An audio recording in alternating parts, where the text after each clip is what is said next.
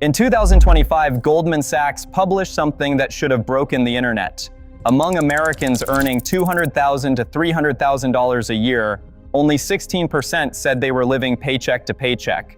But among those pulling in more than $500,000, that number jumped to 40%. More money, somehow, made things worse. That defies everything we think we know about income and financial security. And it points to something most personal finance advice will not touch.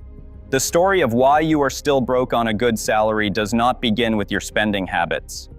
It begins in Fresno, California in 1958 when Bank of America mailed 60,000 unsolicited credit cards to people who never asked for one.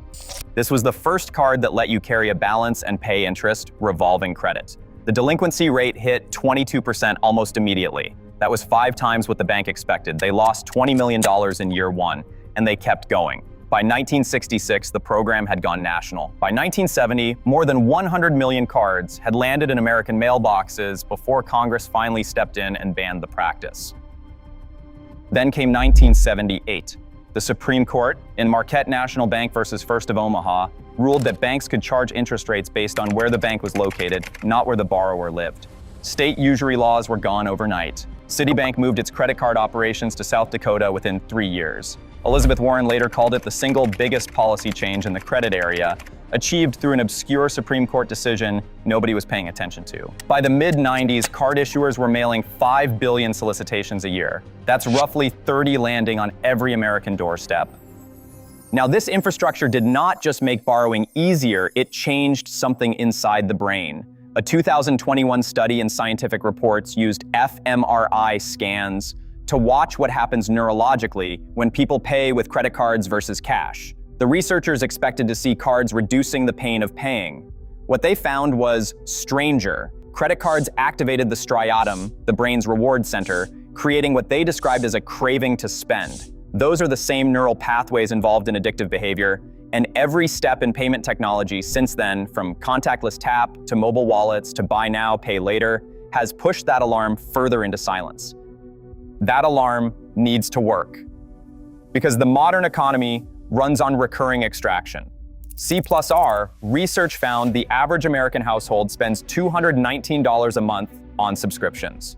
But when asked to estimate, those same households guessed $86, a $133 monthly blind spot, nearly $1,600 a year that people do not even realize they are losing. Buy now, pay later makes it worse. Nearly 60% of users admit they are financing purchases they flat out cannot afford, and 38% say it makes shopping feel less financially real than swiping a debit card. And that's the thing about lifestyle inflation. It never looks like a single reckless decision. It's a slow pileup of commitments that each seem perfectly reasonable on their own.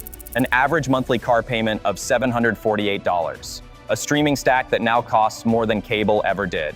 Health insurance premiums that climbed 342% since 1999, while wages rose 119%. The Bureau of Labor Statistics shows that nearly 84% of the average household's budget goes to 5 categories: housing, transportation, food, insurance, and healthcare. The slice left over for actual choice is razor thin. Elizabeth Warren laid this out in The Two-Income Trap back in 2003. Today's dual-income families earn 75% more than the single-income households of a generation ago, but end up with 25% less discretionary income.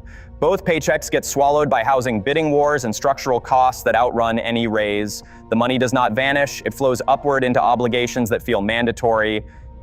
And whatever survives that gauntlet faces something else entirely. In 1769, the French philosopher Denis Diderot received a scarlet dressing gown from Catherine the Great.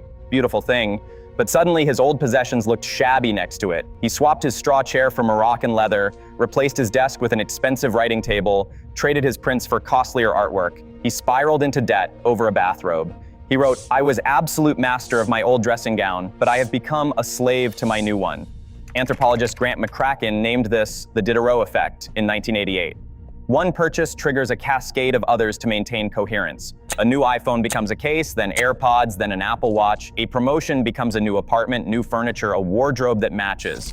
Psychologists Brickman and Campbell had a term for this reset back in 1971, the hedonic treadmill.